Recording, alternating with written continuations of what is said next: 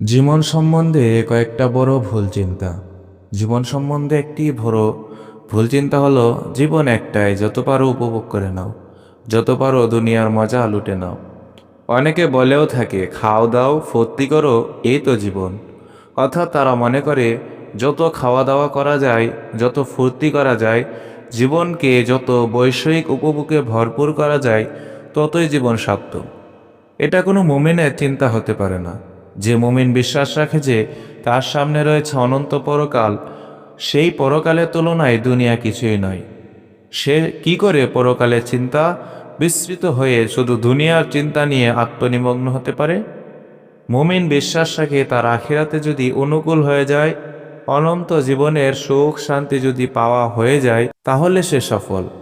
আখিরাতের প্রাপ্তি দুনিয়ার শত অপ্রাপ্তিকেও বিস্মৃত করে দেবে, শত অপ্রাপ্তির কষ্টবোধকে লাঘব করে দেবে।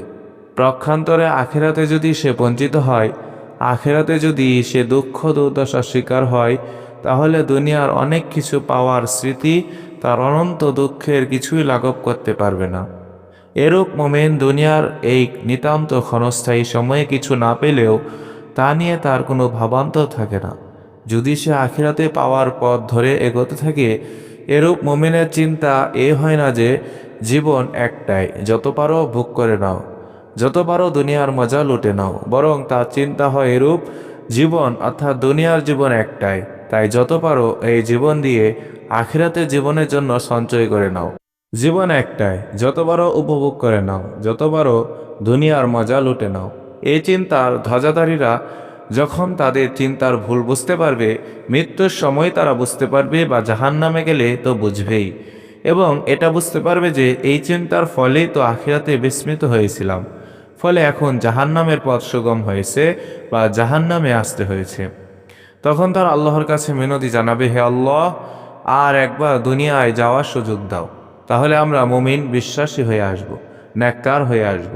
আল্লাহর পক্ষ থেকে বলা হবে, আগেই জানানো হয়েছিল, দ্বিতীয়বার আর কাউকে এই সুযোগ দেওয়া হবে না। তখন এই ভুল চিন্তার জন্য তাদের আক্ষেপের অন্ত থাকবে না। এই মর্মে কুরআনে কারিমে দুটো আয়াত দেখুন। حتى إذا جاء أحدهم الموت قال رب ارجعون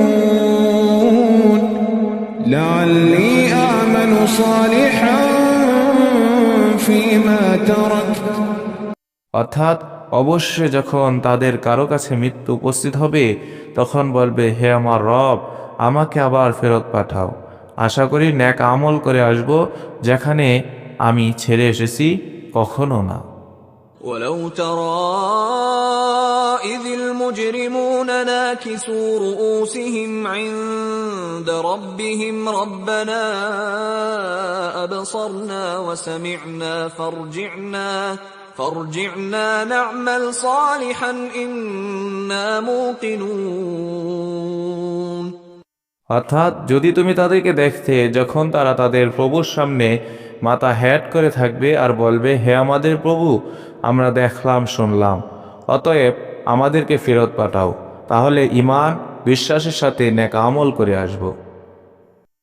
জীবন সম্বন্ধে আরো একটা বড় ভুল চিন্তা হলো, এই জীবনই শেষ, মৃত্যুই শেষ, মৃত্যু পরবর্তী জীবন বলে কিছু নেই। অর্থাৎ পরকালকে অবিশ্বাস করা। মূলত পরকালের অবিশ্বাস থেকে মানুষের মধ্যে এই ভাবনা আসে যে জীবন একটাই, যত পারো উপভোগ করে নাও, যত পারো দুনিয়ার মজা লুঠে নাও। এটা নাস্তিকদের চিন্তা, কাফেরদের চিন্তা। এর বিপরীত মুমিনের চিন্তা হলো, এটাই শেষ জীবন নয়, এরপরও আবার জীবন আছে। সেই জীবনের সুখ শান্তি আসল সুখ শান্তি। আখিরাতের তুলনায় দুনিয়া জীবন তুচ্ছ খেলা মাত্র। আখিরাতের জীবন হচ্ছে মহিমান্বিত জীবন। কুরআনে কারীমের একটি আয়াতে বর্ণনা